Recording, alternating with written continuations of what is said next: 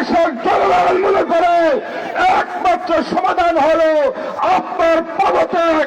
জুলুম করে, অত্যাচার করে, গুলি করে আন্দোলন দমানো যাবে না, যাবে না ইনশাআল্লাহ।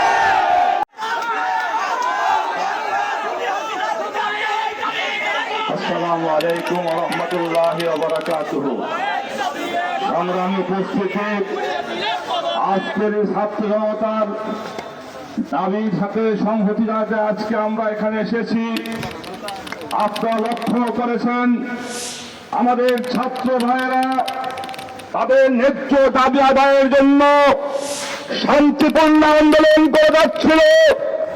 আমরা দেখেছি সরকার এবং সরকারের পুলিশ বাহিনী, সরকার দলীয় ট্রেনার বাহিনী গুলি করে ছাত্র ভাইদেরকে হত্যা করেছে।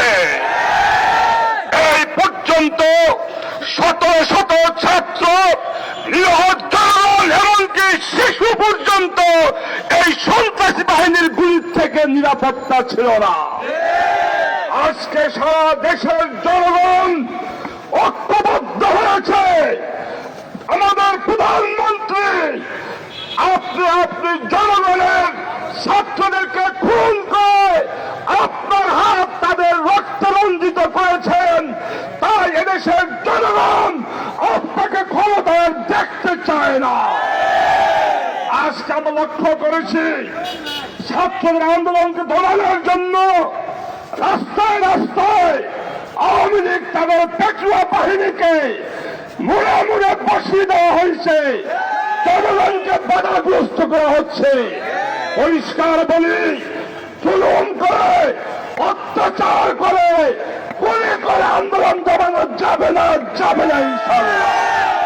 পরিষ্কার কথা, ছাত্রদের এখন, জনগণের এখন এক দফা দাবি আপনার পদত্যাগ। আজকে আলেম সমাজ মনে করে, দেশের জনগণ মনে করে একমাত্র সমাধান হলো আপনার পদত্যাগ। যদি আপনার দেশের প্রতি, জনগণের প্রতি ন্যূনতম মায়া থাকে, আপনি দ্রুত পদত্যাগ করুন। আসলে কি বলবো, এই সরকার তো কারো ভোটে ক্ষমতায় আসে নাই। সরকার কারো ভোটে ক্ষমতায় আসে নাই। বিনা ভোটে একটি পার্শ্ববর্তী রাষ্ট্রের জুড়ে তারা ক্ষমতা এসছে। জনগণ সব মরে গেলেও শেখ হাসিনার মায়া অন্তর কাঁপে না। কিন্তু এখন যা দেখাইতেছে এটা হলো মায়া কান্না। মায়া কান্না, জনগণ আপনার মায়া কান্না বুঝে।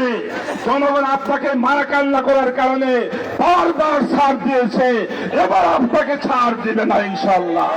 তাই পরিষ্কার কথা, জনগণের দাবি আপনার পদত্যাগ। আপনি সকলের কাছে ক্ষমা চেয়ে পদত্যাগ করলে সমাধান হবে। এই কথা বলে আমার বক্তব্য শেষ করছি।